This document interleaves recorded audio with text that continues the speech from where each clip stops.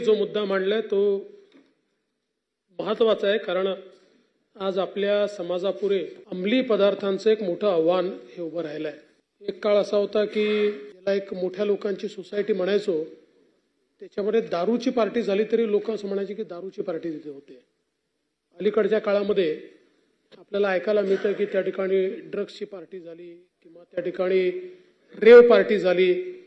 त्यामुळे निश्चितपणे हा जो काही विषय आहे हा अत्यंत चिंतेचा अशा प्रकारचा विषय आहे आणि म्हणून या संदर्भात केंद्र सरकारने देखील मध्यंतरीच्या काळात एक बैठक घेतली आणि सर्व राज्यांच्या गृहमंत्र्यांना त्या ठिकाणी एक जॉईंट ॲक्शन प्लॅन दिला आहे. कारण आता एका राज्याने केवळ ड्रग्जवर कारवाई करून चालणार नाही. मुळातच असं लक्षात येत आहे की डार्क नेटच्या थ्रू याची विक्री करणं किंवा कुरिअरच्या थ्रू अशा प्रकारे याची विक्री करणं. आता इतक्या वेगवेगळ्या मार्केट प्लेस तयार झाले आहेत. इंस्टाग्रामवर त्याची विक्री होते, फेसबुकच्या चॅटमध्ये त्याची विक्री होते, जिथे डायरेक्ट मेसेजेस आहेत तिथे त्याची विक्री होते. त्यामुळे एक मोठं आव्हान टेक्नॉलॉजीने देखील आपल्यासमोर उभं केलेलं आहे. मागच्या काळात आपल्याला लक्षात आलं असेल की आपल्या बॉर्डर्स जे आहेत त्याच्यावरनं हे पुश करता येत नाही असं लक्षात आल्यानंतर कंटेनरमधनं पाठवण्याचा प्रयत्न झाला. कंटेनरमध्ये खाली ड्रग्ज आणि वरती काही वेगळं कन्साइनमेंट. आता या सगळ्या गोष्टीच्या संदर्भात एक झिरो टॉलरन्स पॉलिसी आपण हातामध्ये घेतली आहे, ज्याच्यामध्ये एकतर प्रत्येक जिल्ह्यामध्ये त्या ठिकाणी अँटी नार्कोटिक्स अशा प्रकारच्या कमिट्या तयार केल्या आहेत की ज्या विविध विभागांच्या एकत्रित कमिट्या आहेत आणि त्यांना कंपल्सरी म्हणजे जिल्हाधिकाऱ्याच्या अंतर्गत कमिटी आहे, पण जिल्हाधिकाऱ्याच्या अंतर्गत 200 कमिट्या असतात. त्यामुळे या कमिटीत त्यांना कंपल्सरी मिटिंग घेऊन त्याचा अहवाल राज्य सरकार आणि केंद्र सरकारला पाठवावा लागतो आणि त्याच्यामध्ये आपले जे अँटी नार्कोटिक्स ब्युरो आहेत, केंद्र सरकारचा अँटी नार्कोटिक्स ब्युरो आहे, पोलीस विभाग आहे, अशा सगळ्यांना त्याचं कोऑर्डिनेशन करावं लागतं. दुसरं, हे जे काही आपले पोर्ट्स आहेत या पोर्ट्सवर देखील आता स्कॅनर आणले आहेत आपण नव्याने.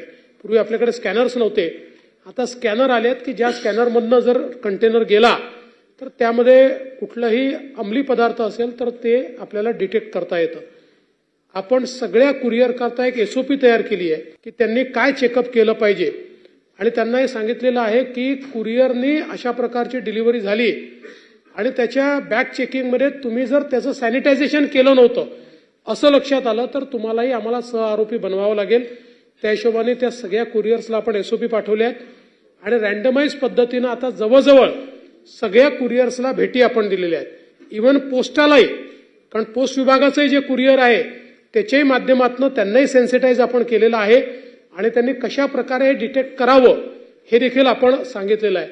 यासोबत टेक्नॉलॉजीचा उपयोग करून या ज्या नवीन मार्केट प्लेसेस तयार झालेल्या आहेत या कशा बस्ट करता येतील हा देखील आपला प्रयत्न चाललेला आहे.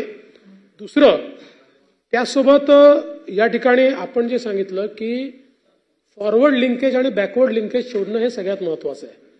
आता या पर्टिक्युलर जी केस आहे या केसमध्ये जेव्हा आपण त्याचं लिंकेज शोधत गेलो तर ते उत्तराखंडमध्ये सापडलं. मग उत्तराखंडच्या पोलिसलाही आपण सेन्सिटाईज केलं. त्या ठिकाणी त्यांनी आता इन्व्हेस्टिगेशन सुरू केलेलं आहे, कारण हा माल उत्तराखंडमधनं आला होता.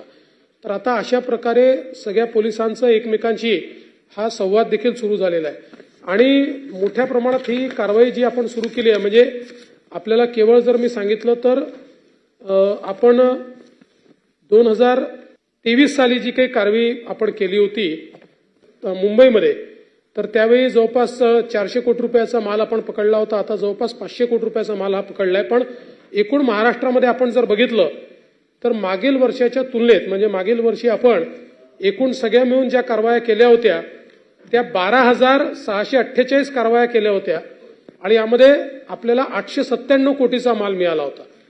आता यावर्षी मे पर्यंतच आपण 6,529 कारवाया केल्या आहेत आणि याच्यामध्ये 4,131 कोटी रुपयाचा माल हा या ठिकाणी जप्त केलेला आहे. सगळ्या युनिट्सला सांगितलेलं आहे की ही आता प्राईम रिस्पॉन्सिबिलिटी तुमची आहे. विशेषतः हे जे काही क्युरेटेड ड्रग्ज जे तयार होतात हे करणं फार सोपं आहे.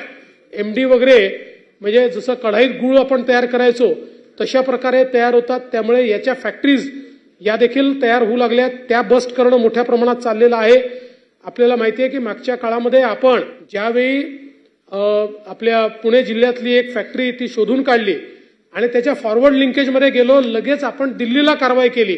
तिथल्या कारवाईचा फायदा असा झाला की त्यातनं इंटरनॅशनल रॅकेट बाहेर निघालं आणि आपल्या देशातनं परदेशामध्ये हे बनवून जे आपल्याकडनं फूड एक्सपोर्ट होतो वेगवेगळ्या प्रकारचा, त्याच्या डब्यांमध्ये अर्धा फूड आणि अर्धे ड्रग्स असं एक्सपोर्ट होत होतं. कित्येक खेपा गेला होत्या. तर त्या देखील आता आपण शोधून काढलेल्या आहेत. त्यामुळे या संदर्भात मोठ्या प्रमाणात कारवाई ही आता पोलीस करतायत. एक गोष्ट आपण अजून सांगितली आहे की पोलिसांचा सहभाग जर याच्यात असेल तर आता अशा सहभागाकरता त्यांना सस्पेंड नाही केलं जाणार, त्यांना बडतर्फ केलं जाईल. 6 पोलिसांना आपण यापूर्वी बडतर्फ केलेलं आहे.